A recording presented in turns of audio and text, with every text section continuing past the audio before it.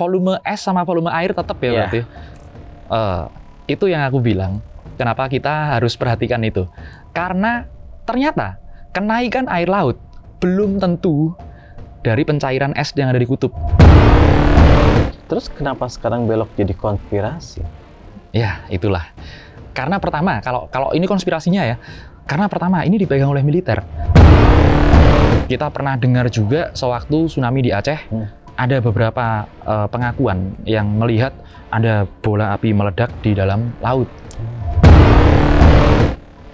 Teknologi-teknologi yang seperti itu, rekayasa cuaca, HAARP, kemudian memanipulasi inti bumi dan lapisan atmosfer, ini berpotensi untuk kepadatan penduduk.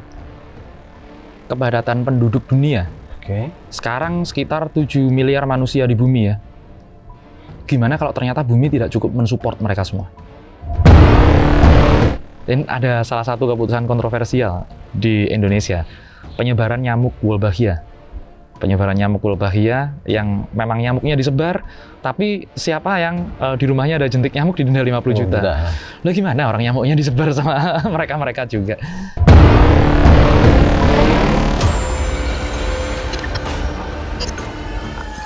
Kisah dunia lain.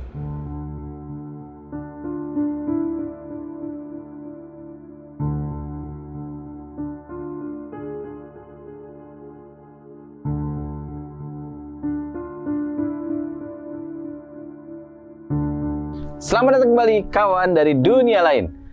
Kiatmo, ngerti nggak gue pakai sweater tebal banget? Kenapa? Tadi sebenarnya pas berangkat agak galau. Karena? Terang, mau siapin motor dong. Beras hujan, tanpa kode. Betul. Di jalan dong pakai mantel, mau sampai kantor panas lagi. Kering lagi. Meriang dong, pakai baju mas. Ini alasan aku pakai sweater, bukan karena soal gaya-gayaan, baju basah. Baju basah. Tapi gue mau tanya deh, di beberapa kanal berita atau mungkin aku udah dengar cuaca kayak lagi ekstrim ya, berubah-ubah banget. Terus yang lagi rame banget orang ngomongin soal HAARP. HAARP. Itu apa sih, Ki? Ini dia. Banyak sekali teknologi HAARP ya. Itu teknologi? Itu teknologi. Oh, bukan keadaan cuaca enggak? Gitu? Bukan. Kalau gelombang panas itu melanda Asia. Bahkan kemarin heat stroke. Banyak orang yang sampai meninggal kan gara-gara gelombang panas. HAARP tadi adalah High Frequency Active Auroral RP Research Program. Jadi ini adalah program untuk frekuensi tinggi di bidang aurora untuk menembakkan sesuatu ke langit kita. Bagiannya seperti itu. Beberapa kali, ini dalam teori konspirasinya, teknologi ini dikonspirasikan untuk sebagai alat. Sebagai alat apa? Sebagai alat senjata. Karena yang meriset ini adalah militer yang ada di Amerika. Jadi bahkan sempat di tahun lalu, setahun atau 2 tahun yang lalu, gempa besar di Turki. Gempa besar di Turki itu kita bisa lihat gempanya seperti itu. Kemudian langitnya sewaktu gempa itu ya, langitnya kayak ada petir-petirnya gitu. Itu mereka mengkonspirasikan atau mengaitkan ini dengan teknologi HAARP. Cuman nanti kita harus kupas lagi HAARP secara konspirasi dan HAARP secara teknologi.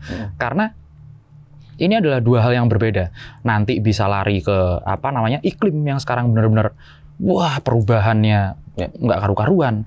Kemudian setelah iklim juga ada hal-hal yang nggak pasti tentang cuaca. Kayak tadi tahu-tahu panas, tahu-tahu dingin. Kita harus elaborasi bener ya. Nggak cuman karena kerusakan alam. Sebab aku bisa buktikan ada sesuatu yang aneh. Dikampanyekan aneh. Pernah minum es kan Mas Adi? Sering lah biasa itu. Sering biasa ya, bukan air es loh, air putih yang dicampur sama es. Kita asumsikan dalam volume 1 gelas ini air bercampur es. Kalau esnya meleleh, es mencair mas. Iya sama dong, meleleh sama mencair. perubahan struktur, perubahan bentuk. Kalau ini mencair, esnya mencair, apakah volume airnya bertambah? volume dalam gelasnya apakah luber? Luber sih menurut aku. Enggak, kalau ini es gini nih, air es. Oke. Ya kan? Kita asumsikan ini air yang bercampur sama es. Iya. Setelah esnya mencair apakah itu luber? Oh enggak. Tetap ya berarti. Tetap. Volume es sama volume air tetap ya berarti. Itu yang aku bilang. Kenapa kita harus perhatikan itu? Karena ternyata kenaikan air laut belum tentu dari pencairan es yang ada di kutub. Karena volumenya kan tetap. Volumenya benar-benar tetap. Entah itu es nanti mencair seperti apa, entah ataupun magnet bumi berpindah. Sebenarnya ini nggak ada terlalu masalah. Karena bumi, ya volumenya segitu. Yang jadi pertanyaannya adalah, kenapa hal-hal tersebut digembar-gemborkan sebagai perubahan iklim, global warming, segala macam. Adakah konspirasi di baliknya? Seperti itu. Adakah karena itu digaungkan untuk menormalisasi hal-hal yang terjadi? Karena ini belum tentu memang karena alam yang terlalu berubah atau polusi yang terlalu tinggi. Karena alam mempunyai caranya untuk memperbaiki diri. Betul. Apakah mungkin seperti HAARP itu tadi ya, mengendalikan beberapa hal yang kemudian merugikan hal-hal yang lain, negara-negara lain lah. Aku maksudkan seperti itu. Oh, berarti tadi kan di awal ada satu tema besar nih. HAARP itu ada dua teori, konspirasi dan teknologi. Dan teknologi, betul. Kita ingin bertanya soal teknologinya dulu deh. Teknologinya, siap. Konspirasinya belakangan. Nah, pertama, untuk apa benda itu dibuat? Jadi gini. Kita bicara kemanfaatannya. Manfaatnya ya. Kemanfaatannya untuk apa benda itu dibuat? Ya. Manfaatnya banyak sekali. HAARP ini kan high frekuensi yang ditembakkan untuk bukan memanggang, bahasa ekstrimnya orang-orang ya, memanggang lapisan ionosfer. Ionosfer itu di bawahnya stratosfer, di atasnya atmosfer. Kalau Mas Adi pernah nyetir ke sebuah tempat yang ke rumahnya temanku yang ini gitu, tapi kita nggak tahu jalannya, di Sherlock sama dia. Kan pakai teknologi GPS. Betul. Navigasi lah ya. Nah, HAARP ini digunakan untuk itu dalam militer. Makanya yang pegang risetnya adalah militer. Karena di ionosfer itu memantulkan gelombang. Ini agak sulit, tapi kalian harus tahu biar nggak terlalu main konspirasi. Mereka memantulkan gelombang, kemudian diterima oleh penerima-penerima, receiver-receiver yang lain. Akhirnya kita bisa lancar dalam berbagai cuaca, GPS tetap lancar, sinyal satelit tetap lancar, sinyal internet tetap lancar. Itu tujuannya HAARP. Bagus sebenarnya. Bagus sekali.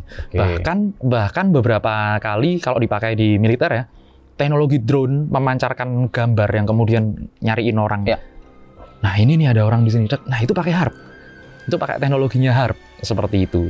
Jadi sebenarnya karena lapisan yang mengatur cuaca ini ada di stratosfer. Kalau di dalam atmosfer pelajaran fisika zaman kita SMP SMA, sebenarnya belum tentu ada mempengaruhi cuaca di ionosfer ini. Ionosfer ini adalah digunakan untuk yaitu tadi memantulkan. Kalau dari matahari menyaring radiasi-radiasi radioaktif, UVA, UVB, kemudian nanti akan aman diterima manusia seperti itu. Banyak banget manfaatnya. Banyak. Untuk militer, untuk teknologi komunikasi, navigasi. Terus kenapa sekarang belok jadi konspirasi? Ya, itulah. Karena pertama, kalau ini konspirasinya ya, karena pertama ini dipegang oleh militer. Militer identik dengan persenjataan. Siapa tahu ini dikembangkan menjadi sesuatu yang lain. Karena ion-ion jika dimanipulasi juga bisa menjadi sesuatu. Dan ini yang punya teknologi itu kebetulan nggak banyak. Kebetulan yang punya teknologi HAARP ini nggak banyak. Jadi kalaupun mereka mau memanipulasi hal-hal yang ada di langit, seperti yang diungkapkan Nikola Tesla. Nikola Tesla itu tahu gelombang di langit ini dia catat tuh 8 Hz. Gelombang di sini sekian. Gelombang pembentukan atom dan petir sekian. Karena ilmu yang dikemukakan sama Nikola Tesla itu tersebar tapi tidak semua orang tahu basicnya, akhirnya jadi konspirasi. Kita pernah dengar juga sewaktu tsunami di Aceh, ada beberapa pengakuan yang melihat ada bola api meledak di dalam laut. Ya, seperti itu. Kalau dulu sebelum populer HAARP dan segala macamnya, dulu mungkin kata mereka uji coba nuklir. Ya. Uji coba nuklir. Tapi kan kalau yang namanya nuklir segala macam tetap ada radiasinya. Radiasinya, dan ini tidak ada radiasi. Ini tidak ada radiasi, tidak ada tercatat kenaikan radiasi segala macam. Nah, tapi ada sesuatu yang mungkin, ini yang mungkin, yang para pecinta konspirasi udah tahu, yang bisa memanipulasi baik itu inti bumi ataupun dari atmosfer langit. Itu nanti contohnya yang sekarang aja, hawanya panas banget, nggak karu-karuan, gelombang panas segala macam. Padahal kan berbagai negara ini sudah punya namanya teknologi rekayasa cuaca. Teknologi rekayasa cuaca. Kenapa nggak diantisipasi dengan itu aja? Sebenarnya seperti itu. Nanti kalau hujan berlebihan, contohnya yang paling simpel ya, yang dipakai biasanya di Jakarta kan tabur garam, biar nggak banjir. Nah, di negara-negara lain, siapa tahu nih, apalagi di negara secanggih dan semaju Amerika, yang banyak sekali rahasia-rahasianya, itu ternyata sudah punya teknologi yang mampu mengatur cuaca, atau lapisan stratosfer, atau bahkan lapisan atmosfer yang ada di bumi ini. Siapa yang tahu? Berarti kalau aku nanya, ini sebodoh-bodohnya pertanyaan ya, kalau kita menguasai teknologi HAARP gitu ya, kita punya masalah dengan negara lain itu, tidak menutup kemungkinan kita buat hujan terus sepanjang hari, ya, atau panas terus gitu. Ya, betul. Bisa begitu ya? Bisa begitu. Itu pertanyaan yang bagus sekali. Kan apa sih ininya kepentingannya orang-orang menguasai cuaca gitu kan? Ya kan? Nah, kita perlu ingat ya, teman-teman, kalian juga harus ingat, kita harus benar-benar concern terhadap hal ini. Nanti kita bisa bicarakan di lain konten tentang hal-hal yang lainnya. Tapi ini adalah salah satu hal yang paling penting. Teknologi-teknologi yang seperti itu, rekayasa cuaca, HAARP, kemudian memanipulasi inti bumi dan lapisan atmosfer, ini berpotensi untuk kepadatan penduduk dunia. Sekarang sekitar 7 miliar manusia di bumi ya. Gimana kalau ternyata bumi tidak cukup mensupport mereka semua? Buminya udah nggak muat gitu maksudnya? Nggak muat, dan untuk menanam nggak bisa menghidupi gitu ya? Nggak bisa menghidupi. Terus? Nanti manusia ini perlu support system, perlu support life system. Yang paling utama adalah makanan dan minuman. Ketersediaan pangan dan air bersih. Kalau cuaca kita sudah mulai terganggu, musim tanam kita nggak karu-karuan, akan terjadi gagal panen, akan terjadi kekurangan pangan dan kekurangan air. Gimana? Cocok nggak sama teori konspirasi yang nanti kita akan musnahkan sebagian orang, biar nanti penduduk bumi tinggal segini? Jadi, siapa yang menguasai teknologi itu, kalau emang mau memainkan teori konspirasinya, kayaknya yang kanan kepenuhan nih, kurangin dikit ah. Kurangin dikit gitu kali ya. Seperti itu. Kayaknya yang kiri agak kurang, tambahin lah gitu kali ya. Seperti itu. Berarti bahaya, bukan bahaya ya. Ya agak menakutkan ya. Sangat-sangat menakutkan kalau benar ada teknologi yang mampu merekayasa seperti itu. Entah ini HAARP ataupun di atasnya HAARP. Ini kita yang namanya cuaca itu kan berpengaruh pada tanaman ya. Gimana kalau kita nanam apa-apa ternyata nggak jadi? Sementara di sini hidup terus. Itu dia. Akhirnya para ilmuwan biologi nanam varietas-varietas baru, akhirnya nanti juga nggak bakalan bisa. Berarti tersamar ya, maksudnya bila ingin menghilangkan orang atau apa, bukan pembunuhan yang dilakukan, enggak. Itu dia. Tapi support system yang dicabut langsung ya. Ini lebih ngeri sih, karena di era sekarang ini nggak bisa perang konvensional. Bakalan banyak yang teriak. Contohnya yang kemarin kita bahas perang Israel-Palestina, kemudian perang Rusia-Ukraina. Ada satu perang lagi yang sangat di balik layar. Ini seperti Amerika dan Cina dalam perdagangan. Itu kan jor-joran semuanya, boykot segala macam. Nah, suatu saat perang-perang yang ada di wilayah teknologi ini akan serupa dengan para netizen. Kalau zaman dulu netizen mau perang sama negara lain, angkat senjata. Kalau sekarang enggak, ngetik aja udah. Angkat jari aja ya. Angkat jari aja. Nah, orang pasti bertanya-tanya, udah lo ngomong dari tadi hub aja. Ada nggak cerita konkret ke Atmo yang ke Atmo paham bahwa hub pernah digunakan? Sudah digunakan. Oke, sudah digunakan. Sudah digunakan. Ada nggak cerita yang bisa ke Atmo bawa di sini? Teknologi Google Maps. Teknologi Google Maps itu memang menggunakan HARP juga, menggunakan salah satu keuntungan dari prinsip-prinsip HARP juga. Jadi kalau dulu kita ingat di tahun 2010-an lah ya, sebelum 2010-an lah ya, itu kalau kita buka peta jelek banget, terus habis itu macet banget, nggak bisa nggak bisa linear sama perjalanan kita kan. Entah itu ketinggalan atau geser tempat segala macam. Sekarang jauh lebih akurat.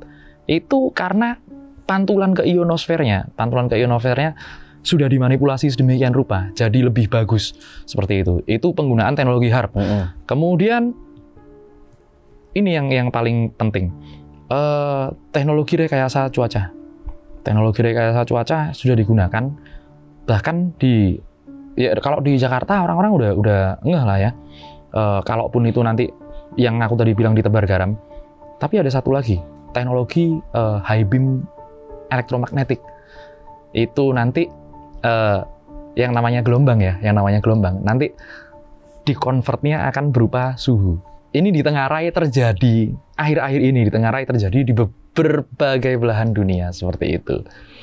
Kalau dari bukti konspirasinya apa yang udah terjadi? Tadi kan teknologinya udah tuh jelas tuh, ada Google Map, rekayasa cuaca. Nah, konspirasinya apa yang sudah terjadi? Menurut Katmo? Konspirasinya ya, yang pertama orang-orang kadang-kadang menghubungkan dengan gempa Turki yang tadi. Oke. Karena petirnya warnanya beda. Petirnya warnanya bisa biru, kemudian hijau, kemudian memerah. Ini kan sama kayak aurora. Ya. Padahal HARP itu adalah High Frequency Auroral Active research program ya. Berarti ini emang sifatnya akan seperti aurora. Jadi kalau orang-orang nangkep ini jangan-jangan HARP. Tapi ya memang lokasi di Turki yang gempa itu memang rawan gempa seperti itu. Kemudian di tsunami Aceh itu ya, beberapa orang ada ledakan itu high beam kalau aku bilang. Itu gimana caranya menggeser lapisan bumi. Kalau dulu maaf, kalau dulu kita diajarin lapisan bumi itu magma, inti bumi itu magma. Padahal di penelitian terbaru bukan magma. Sebenarnya inti bumi itu adalah iron, besi, benar-benar besi. Nah, makanya kenapa ada magnetis kutub seperti itu. Itu penelitian terbaru, kalian cek kalau nggak percaya. Nah, nanti kalau ini dimanipulasi sedemikian rupa, ya jadinya kayak tadi. Ada warna-warna yang aneh di petir, di langit. Kemudian satu lagi, skyquake namanya. Apa tuh? Skyquake itu adalah suara-suara di langit yang nggak jelas sumber bunyinya dari mana. Oh, itu banyak ceritanya tuh. Tiba-tiba dengar suara dengung, ya kan? Suara apa gitu ya? Suara trompet malaikat maut itu ya kayaknya. Tapi jangan dulu lah. Nah, jangan dulu lah. Itu namanya skyquake. Yang orang sampai sekarang pun ilmuwan juga bingung jelasinnya gimana. Ini karena gesekan apa? Gesekan angin.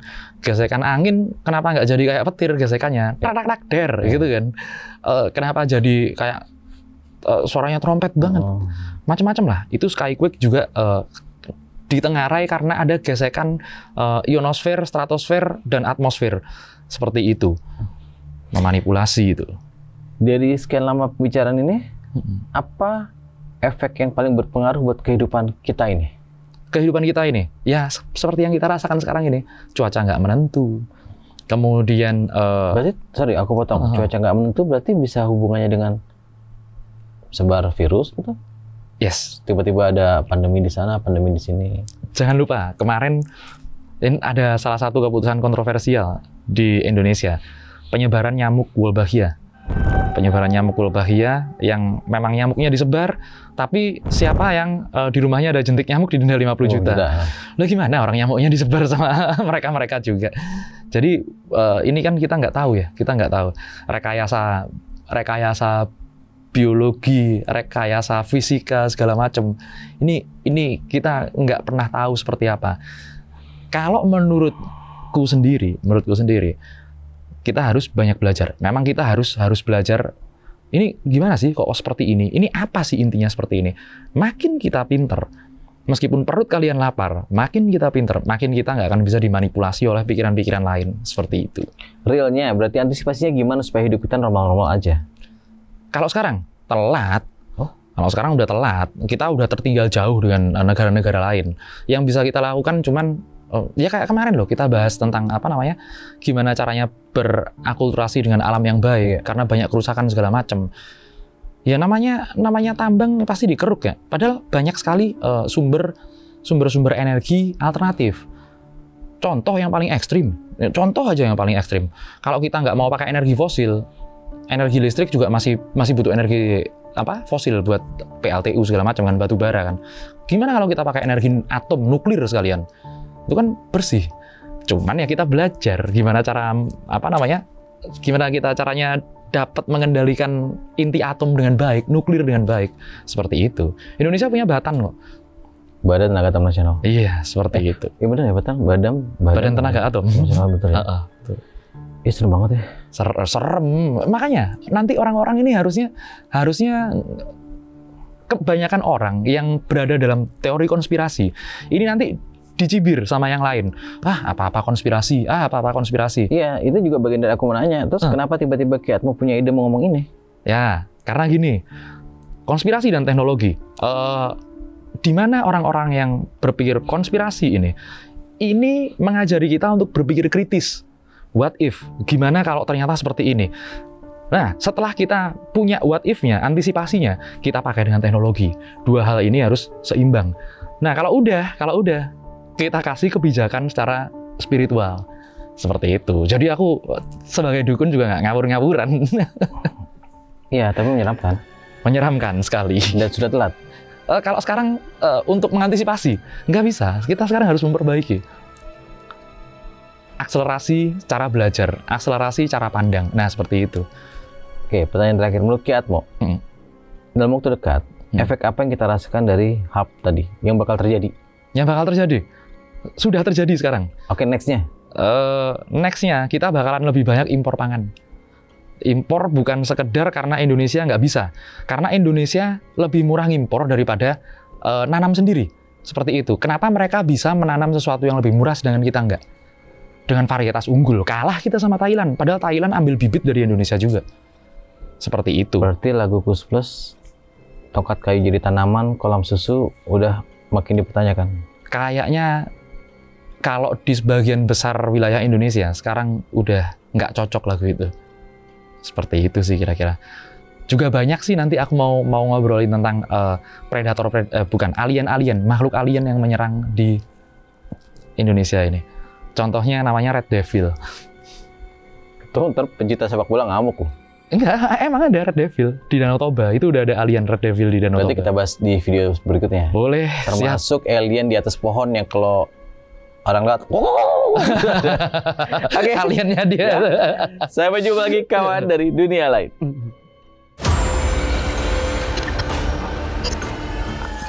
Kisah dunia lain.